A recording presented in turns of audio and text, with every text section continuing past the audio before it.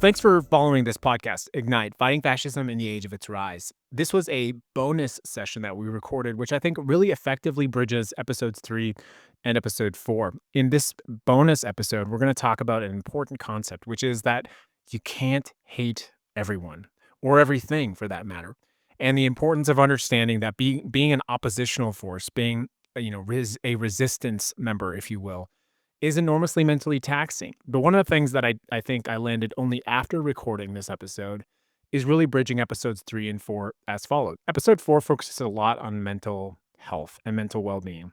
And the reality is you simply don't have the mental headspace to constantly live in a place of opposition.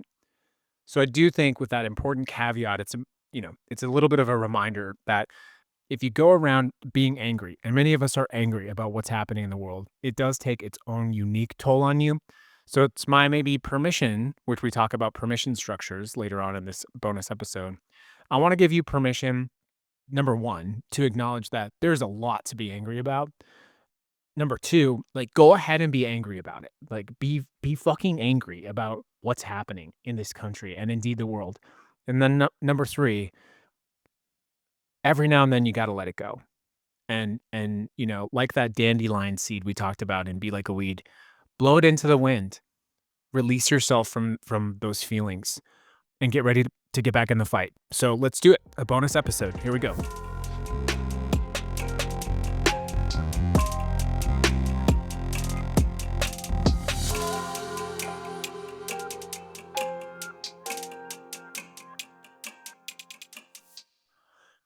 Well, hello and welcome to this bonus episode recorded on September 3rd, 2025. We had just published episode 3 of Ignite, Fighting Fascism in the Age of Its Rise, and a number of world events are hopping between episode 3 and episode 4. And I thought it would be important for us to get on and talk about a very important topic. So this bonus episode has a very simple title. The bonus episode's title is You Can't Hate Everyone. It's a very relevant topic and something that I'm really struggling with right now. And I suspect that if you are in the resistance right now, you are struggling with this as well. So let's really get into it on this bonus episode today. As I record this, there are a number of things happening internationally. The chaos of the world is really it feels like it is climaxing or peaking in a way that just has everyone on edge, and that is a particularly challenging thing to deal with. So let's go ahead and get into the episode, this bonus episode. You can't hate everyone. As I said, the news of this weekend, which I had not addressed in the previous episode, was, there was spiraling rumors on all sorts of corners of the internet about the president's health. And a lot of people, I think, were starting to see and imagine a world where there was not this creeping rise of authoritarianism. And a lot of people had optimism about that. But that, if we're being honest, that optimism was grounded in, the idea that the president was not healthy. And, I'm not here to judge how you feel, but I can say you can pull something out of that, which is there is a way to imagine this world in a better place and to get there. However, I think it's important for us to talk about this. Let's talk about the paradox of resistance. Being a resistance fighter changes you. When your daily practice involves saying no to fascism, no to authoritarianism, no to systems that crush the vulnerable, something happens to your soul. You become, by definition, oppositional. You wake up ready to fight. You see injustice everywhere. And slowly, without noticing, you start to see enemies everywhere too. This is the paradox of resistance in America today. The very stance that makes us effective against authoritarianism can make us ineffective at building broad coalitions, and we do need those coalitions to actually defeat it. So please listen to me as clearly as you can. You cannot hate everyone. You cannot be opposed to everything.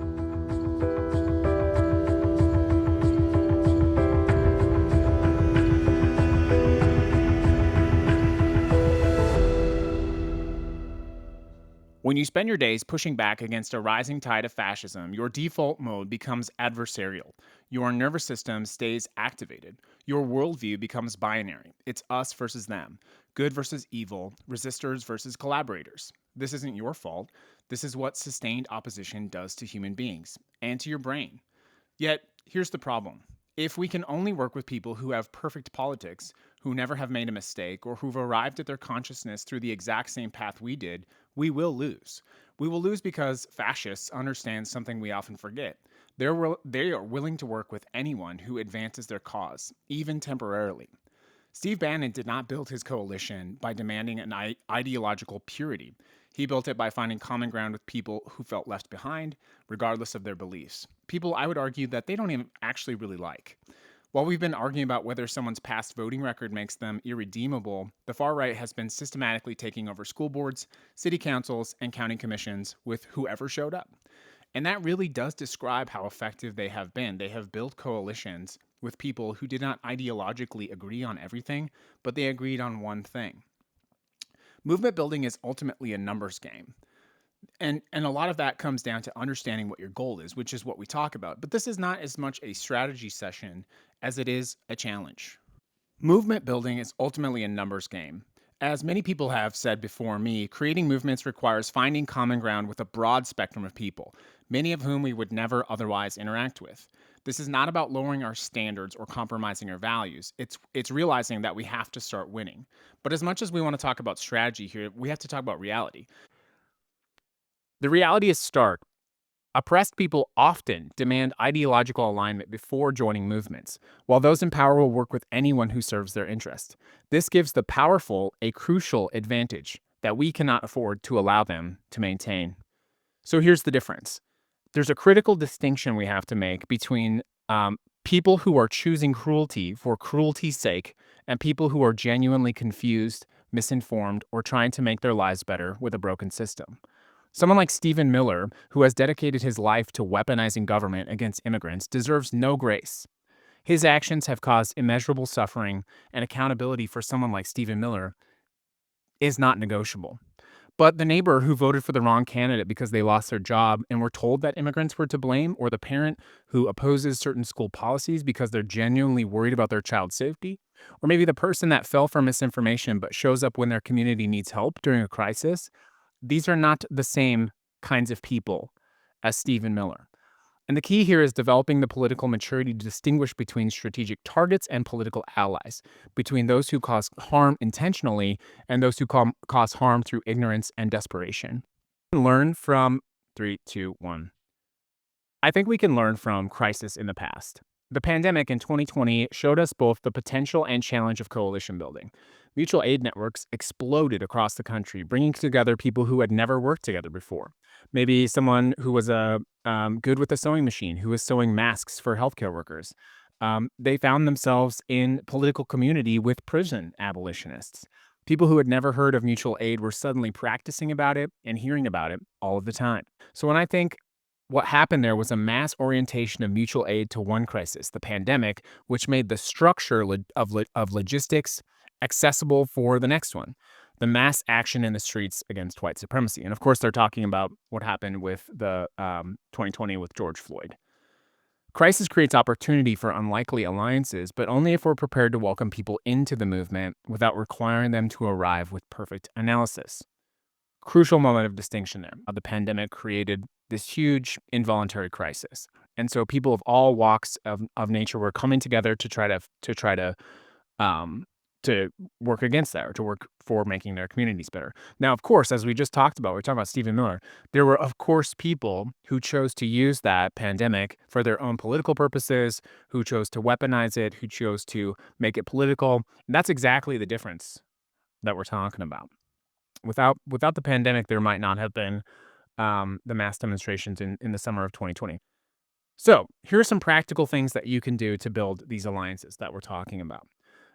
Don't begin with ideology. That's number one. Start with a shared material interest. Begin with sort of concrete problems that affect daily people's lives.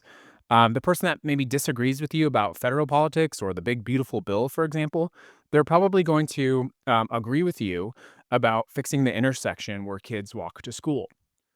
Number two, create permission structures. People need to feel safe changing their minds instead of punishing past mistakes. Creating a space for growth. Ask them a question. Can I share something with you before launching into education? So let me step out of that there. Creating permission structures is essential to building coalition. A lot of the times in political discourse in America, it's just, I'm telling you this, I'm telling you this, I'm telling you this, I'm telling you this, right? But creating permission structures, what you're doing is you're saying, hey, I'd like to share, I'd like to make life better, I'd like to teach you something. When you tell someone and you ask them, can I share something with you? It's a much different conversation. All right, that was a good one. Number three, find nonpartisan entry points.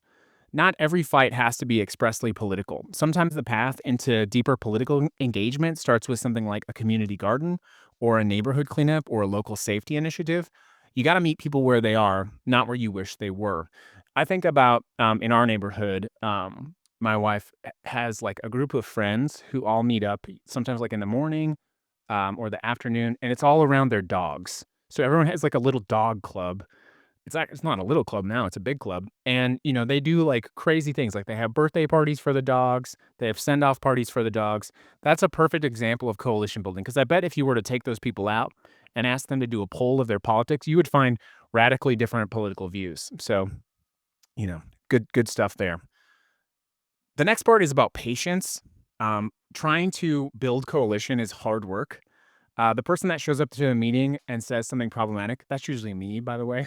Like, they might be your friend, or an ally in 6 months. We talked about this on a Rebel Radio show, but do you remember, when you were in high school, maybe there was, like, that bully or someone you didn't like in school, and then all of a sudden you ended up on a field trip or something, and it was, like, just the 2 of you or just a few of you, and all of a sudden this person that you would never talk to at school at lunch, they ended up being like, oh, temporary allies?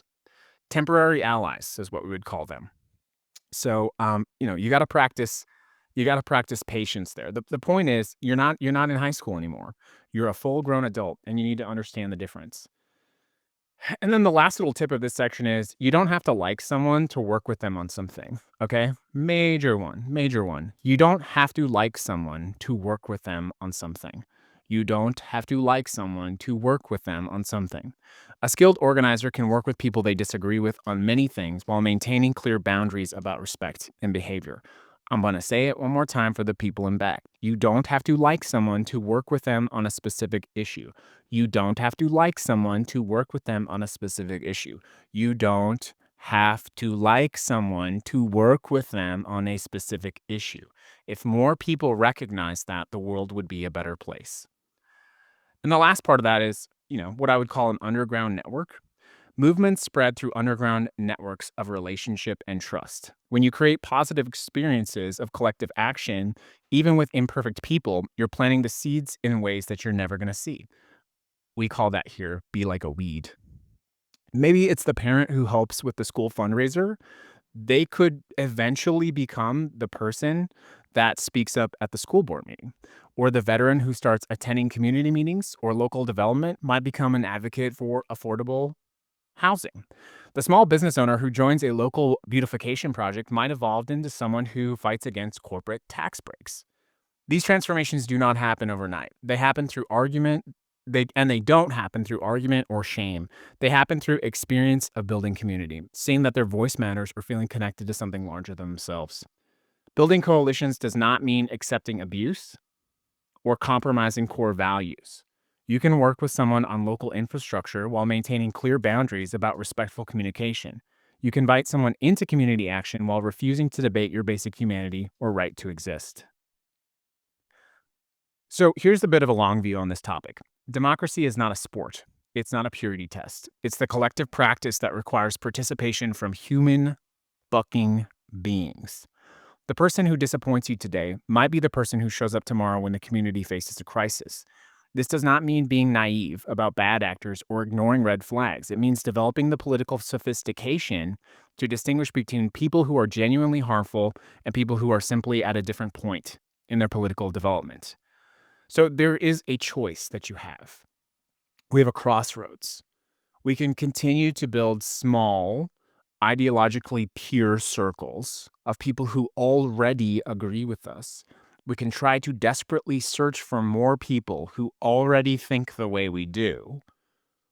Or We can build broad, messy, powerful movements capable of confronting authoritarianism. Again, we can build small groups of people who already agree with us, or we can build big, messy, powerful movements. It's not between compromising our values or maintaining our principles. The choice is between, are we ever actually going to have something, or are we going to allow them to continue to steamroll over us? Fascists are building coalitions. They are organizing in communities that we have written off. They're finding common ground with people we would never talk to. They're practicing the kind of strategic patience that allows their movement to grow. And make no mistake, it's growing. In episode 2, we talked about being like a weed, growing where you're planted and spreading through underground networks. Dandelions don't choose their soil, they work with whatever coalitions they find, conditions, I should say.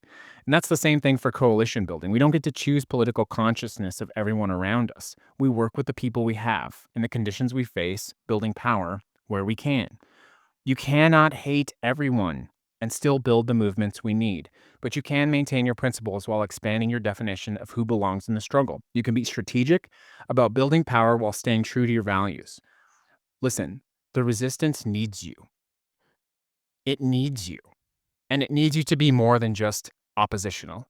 It needs you to be generative, strategic, and yes, it needs you to be occasionally forgiving. Not because everyone deserves forgiveness, but because the movement deserves to win. We're fighting for a democracy, one that includes people we don't necessarily like. We might as well practice that by building it with them. That's a huge point. Okay? We ideologically, on the left certainly, we approach and value the concept of democracy. Yet, when people in good faith disagree with our views, we often treat them the same way that we complain about being treated by the right. It's just a reality of the situation. So this bonus lesson, I think, comes at a really timely point. Number one, it's between episode 3 and episode 4. But where it also comes into practice right now is the entire country was raptured in this idea that maybe we were going to have dramatic political change because something was happening at the White House. The reality of the situation is that was a weird, niche, conspiracy-driven form of coalition building, when in actuality, we don't have to worry or wait for something to happen in order to begin to drive positive political change. What I mean to say from that is there was literally a coalition built this weekend over conspiracy theories about the president's health. Why could we not build the same coalitions around the health of our democracy, around the health of our communities, or around doing something positive and enlightening? Well, I would argue to you that's because we're caught in this constant, echo chamber and crisis news cycle. But that's exactly what we're trying to teach you how to escape from here on Rebel Radio. So that was a bonus episode. I hope it was helpful. It was certainly interesting. It was recorded today, September 3rd, 2025. Episode 4 of Ignite, Fighting Fascism in the Age of Its Rise, will be out next Monday. And I do hope it was helpful.